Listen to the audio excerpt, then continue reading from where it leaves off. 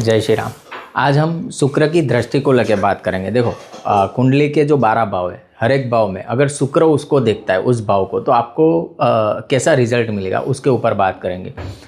कुंडली का जो सबसे अच्छा प्लेनेट है वो है गुरु, उसके बाद शुक्र, उसके बाद चंद्र, उसके बाद बुध।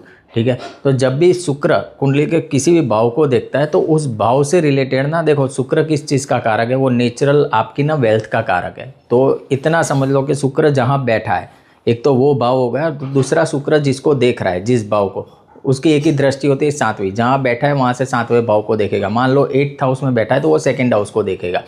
तो वो जिस हाउस को देखता है ना, वहीं से भी आप धन उपार्जन कर सकते हो। और ये ज़्यादा इफेक्टिव कब हो जाता है, जब वो जिस भाव को देख रहा है उस भाव में अगर कोई प्लेनेट नहीं बैठा है ना, तो समझ लो कि वो पूरा जो भाव है ना उसकी टेरिटरी में आ गया। तो वो वैसे ही आपको रिजल्ट देगा जैसे वो जहाँ बैठा है। अब एक एक करके हम लेते जाते हैं कि हर एक भाव में शुक्र कैसे रिजल्ट देता है। देखो सबसे पहले तो शुक्र को समझ लेते हैं कि कुंडली के अंदर शुक्र सबसे पहले देखो वेल्थ है। वेल्थ अगर आपके पास है तो हैप्पीनेस है, हैप्पीनेस यानी आपका सुख। दूसरा, शुक्र से हम प्रेम देखते हैं, सेटिस्फेक्शन इन टर्म्स ऑफ भोग विलास। व्यक्ति जो भोग भोगता है वो भी शुक्र से देखा जाता है। आपके जितने संबंध है, रिलेशनशिप है, वो शुक्र से देखी जाती है।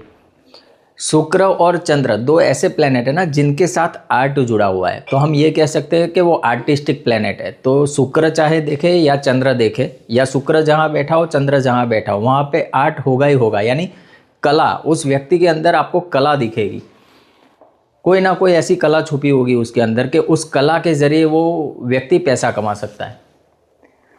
फिर बट नेचुरल जो उसका नेचुरल कारक है, नेचुरल सिग्निफिकेशन है वेल्थ और एट्रैक्शन।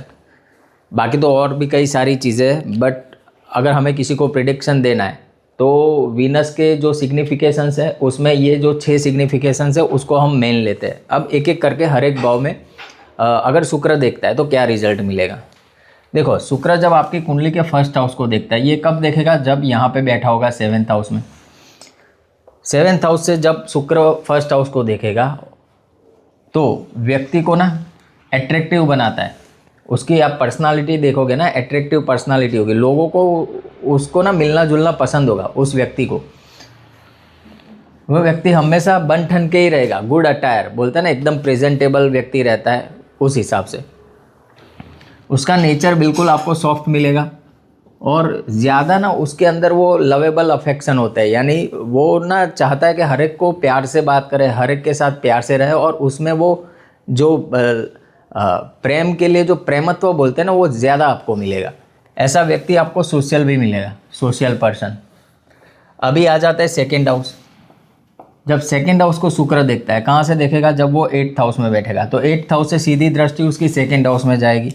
2nd हाउस से देखो आप अपनी वेल्थ को देखते हो, आपकी जो भी वेल्थ, आप जीवन भर जो काम करते हो और जो पैसा इकट्ठा होता है, पैसा तो छोड़ दो, कोई भी चीज़ जो इकट्ठा होती है वो 2nd हाउस से हम देखते हैं। दूसरा, 2nd हाउस से आपकी फैमिली को देखा जाता है, आपके परिवार को देखा जाता है। तीसरे, आपके जो भी रिसोर्सेज है वो भी 2nd हाउस से देखे जाते हैं। आपकी ईटिंग हैबिट 2nd हाउस से देखी जाती है। तो जब भी कोई शुभ ग्रह उसको देख लेता है तो वो सारी चीज़ों में बढ़ोतरी कर देता है। तो सीधा सीधा इसका प्रेडिक्शन क्या होगा कि वेल्थ बहुत अच्छे से जनरेट कर पाएगा ये व्यक्ति। दूसरा, उसकी स्पीच देखोगे ना, मधुर वाणी, चाहे मून देखे चाहे वीनस देखे, ये ना सॉफ्ट प्लेनेट है, आर्टिस्टिक प्लेनेट है। तो उनकी आप जब स्पीच देखोगे आपको ना सुनने में बहुत मधुर लगेगी। आपको ऐसी इच्छा होगी कि भाई सुनते रहे इस व्यक्ति को। इसको गेन्स कहाँ से होंगे, आर्ट के थ्रू, लग्जरी के थ्रू। लग्जरी कोई भी आइटम का काम करता है, आर्ट का कोई काम कर रहा है, तो उससे उसका पैसा जनरेट होगा। 3rd हाउस में आ जाता है। 3rd हाउस में जब शुक्र देखेगा, कहाँ से देखेगा, जब वीनस होगा 9th हाउस में, यहाँ से उसका 7th एस्पेक्ट जाएगा 3rd हाउस के ऊपर। उसको सक्सेस कौन कौन सी फील्ड में मिल सकती है, आर्ट की फील्ड, मीडिया, डिज़ाइनिंग। ठीक है, तो ये जो फील्ड है कला के क्षेत्र, उसमें इस व्यक्ति को सफलता मिल सकती है और वहाँ से वो धनार्जन कर सकता है। इसके रिलेशन उसके सिबलिंग्स के साथ बहुत अच्छे होंगे। और ऐसा व्यक्ति ना जब भी कोई संबंध में आता है, रिलेशनशिप में आता है, पहल ये करता है, यानी जो इनिशिएशन होता है ना किसी भी रिलेशनशिप को डेवलप करने के लिए, तो पहल हमेशा ये शुक्र वाला करता है, जो 9th हाउस में बैठा है और 3rd हाउस को देखता है। अब आ जाते हैं 4th हाउस में।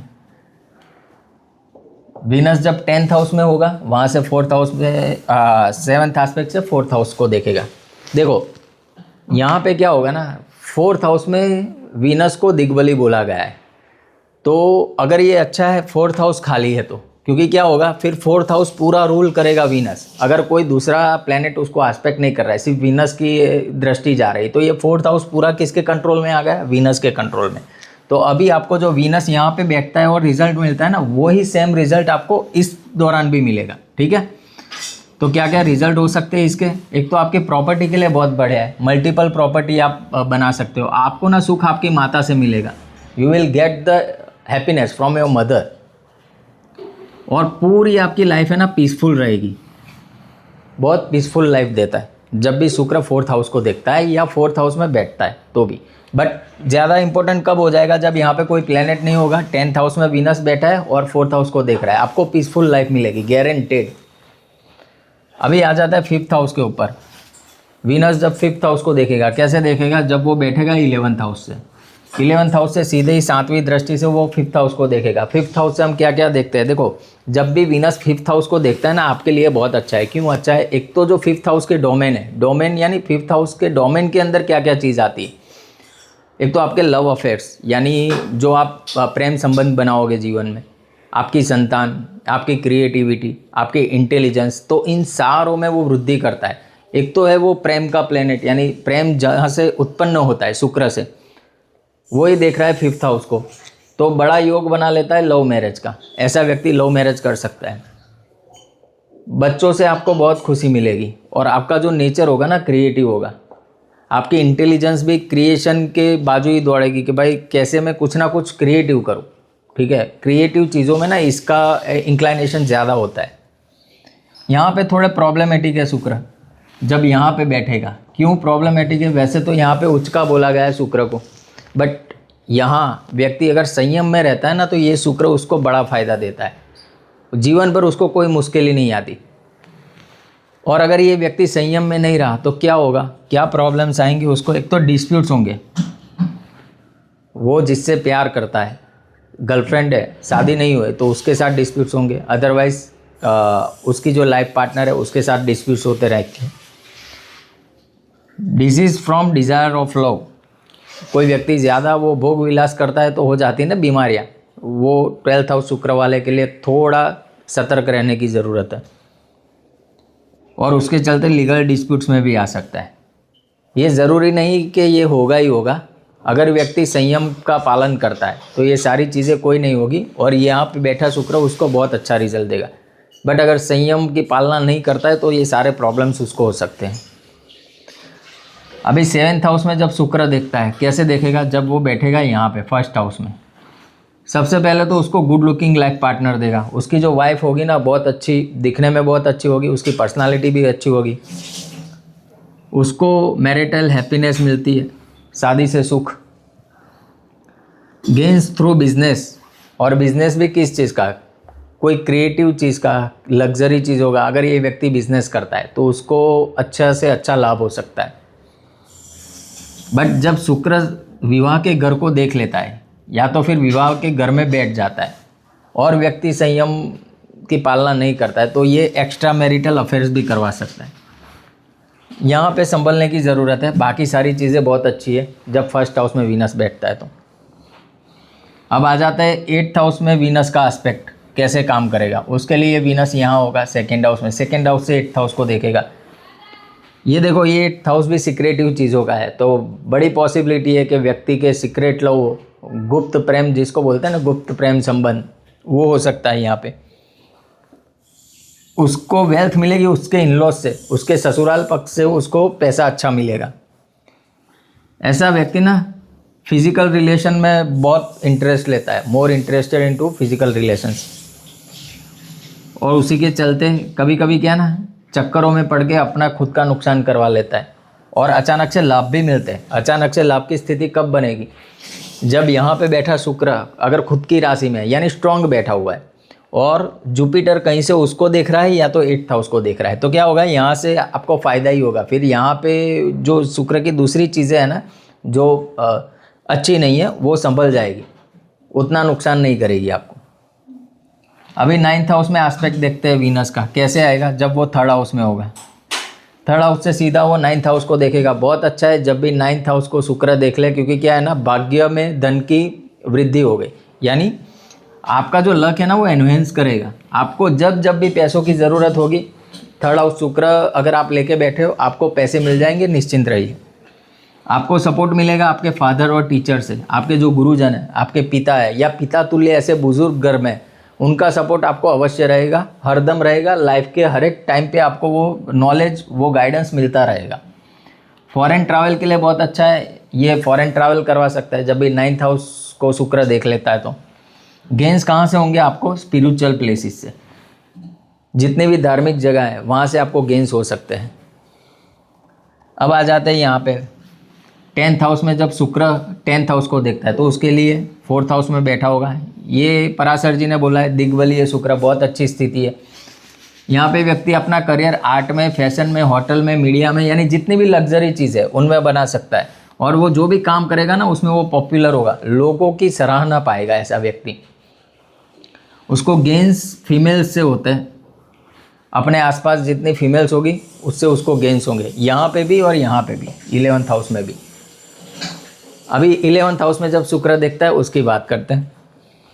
उसके लिए वीनस यहाँ बैठेगा, 5th हाउस से वीनस देखेगा 11th हाउस को, आपको गेंस करवाएगा, 100% करवाएगा। आपकी जो भी डिज़ायर्स है पैसों को लेके वो सारी फुलफिल होंगी। प्रॉफिट्स कहाँ से मिलेंगे? आपके फ्रेंड्स ही आपको प्रॉफिट्स देंगे और आपका बड़ा भाई, और जितना भी, अगर आप नेटवर्किंग के कोई क्षेत्र में हो, किसी NGO से जुड़े हुए हो, तब भी आपको लाभ होगा। देखो ये सारी चीज़ें जो मैं बोल रहा हूँ ना, इतना समझ लो कि शुक्र अच्छी कंडीशन में, ठीक है। कहीं से कोई पाप कर्तरी योग नहीं बन रहा है, या फिर नीच का नहीं बैठा है, या किसी पाप ग्रह से दृष्ट नहीं है। अगर ऐसी कुछ चीज़ हो गई है उसके अंदर तो थोड़ा अफ्लिक्शन हो सकता है। जो मैं बता रहा हूँ ना प्रेडिक्शन, उसमें थोड़ी बहुत आपको ऊंच नीच मिल सकती है, बट जनरली उसकी जो दृष्टि है ना वो जब उसकी शुक्र की महादशा आती है तब वो अफेक्ट करती ही करती। अभी आ जाता है 12th हाउस में। यहाँ पे शुक्र देखेगा तो कैसे देखेगा? उसके लिए ये 6th हाउस में बैठा होना चाहिए। ऐसा व्यक्ति ना जीवन भर, इसको भले लोन से पैसा हो, कुछ भी पैसा हो, बट इसके पास पैसा बना रहता है 6th हाउस वीनस के पास, क्योंकि 6th हाउस में बैठेगा तभी वो 12th हाउस को देखेगा। बट प्रॉब्लम कहाँ हो जाती है पता है? इसके जो खर्चे हैं ना, लग्जरी में जाते हैं सारे खर्चे। अगर आध्यात्मिकता की तरफ वो पैसे खर्च करे तो बहुत बढ़िया बात है, बट जनरली 90-95% लोग अपनी लग्जरी के पीछे इसका पैसा खर्च करते हैं। आपको फॉरेन से हैप्पीनेस मिलेगी, फॉरेन की कोई भी चीज़ है, आप फॉरेन घूमने भी जा सकते हो, वहाँ पे भी अपना अधिकतम खर्च कर सकते हो। दूसरा ये 12th हाउस ना बेड प्लेजर्स का भी है, तो उसके ऊपर भी व्यक्ति पैसा खर्च कर सकता है। ये था वृत्तांत पूरा शुक्र की दृष्टि का, सभी 12 भाव में क्या रिजल्ट मिलता है। मिलेंगे नेक्स्ट वीडियो में। जय श्री राम।